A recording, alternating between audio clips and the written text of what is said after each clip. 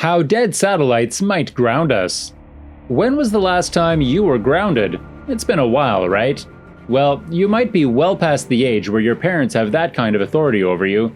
Today, we want to talk to you about a whole different type of grounding.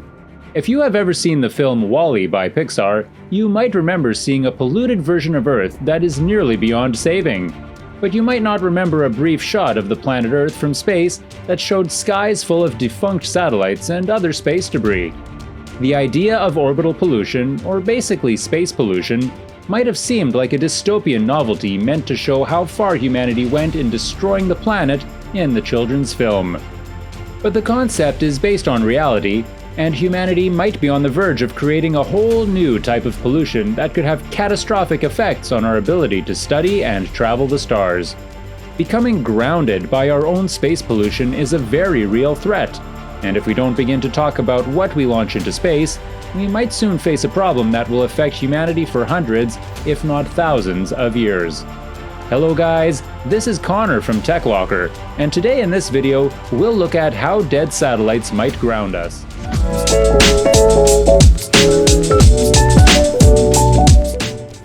Hey wait! Before starting our video, make sure to subscribe to our channel and press the bell icon to get notified of our latest videos. So, what does being grounded really mean? Being grounded is basically what it sounds like. Grounding is a hypothetical result of having too many satellites in our orbit and thus becoming stuck on the ground by our own space pollution. This theory has been tossed around for decades. However, in recent years, the theory has made a resurgence, and now scientists are warning us that it could become a very real reality in the near future. This is partly due to programs from Astra rockets and Starlink program from Elon Musk's SpaceX. What these companies are racing to do is launch low-orbit satellites in a cheap and economically efficient way. But in making rocket launches more accessible to private companies, you also increase the number of satellites now in orbit. The more we launch rockets into space, not only do we begin to take up parts of our sky, but we also begin to experience something called the Kessler syndrome. The Kessler syndrome is a degenerative cycle that is what hypothetically happens when we begin to get a little too crowded up there. Essentially, the theory states that satellites, when launched excessively, are bound to cause collisions, whether it be with other satellites or from meteors.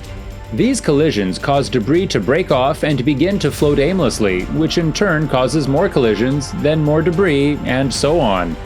This cycle results in a ton of space pollution that is just sort of stuck up there, as we don't have an efficient means of getting that space pollution down.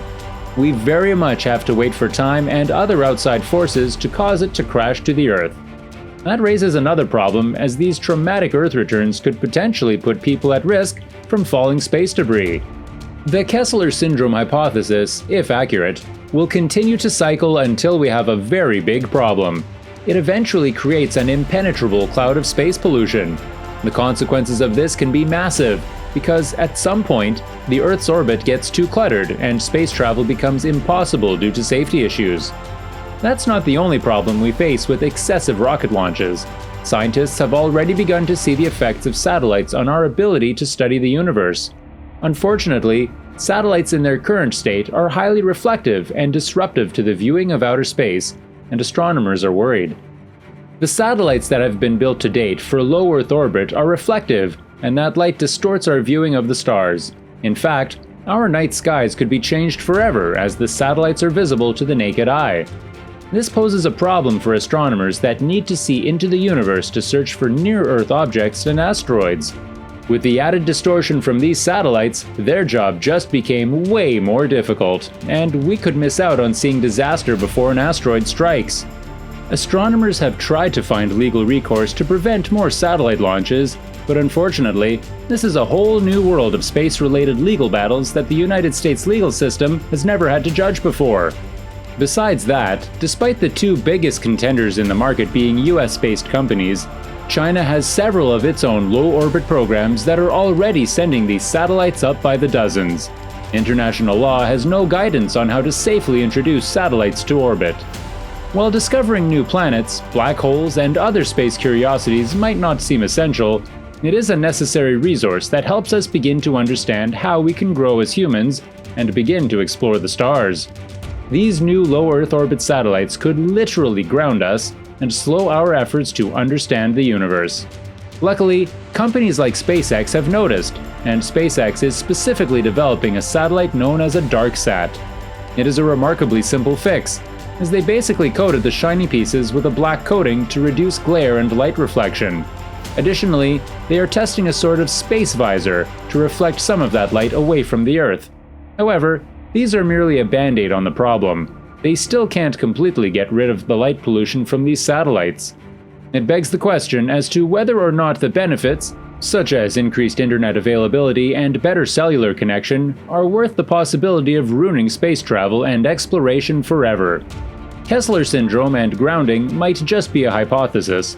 Still, it is worth taking into account when considering the future of satellite technology. Today, there are citizen and government efforts to limit the amount of low-orbit satellites launched into orbit.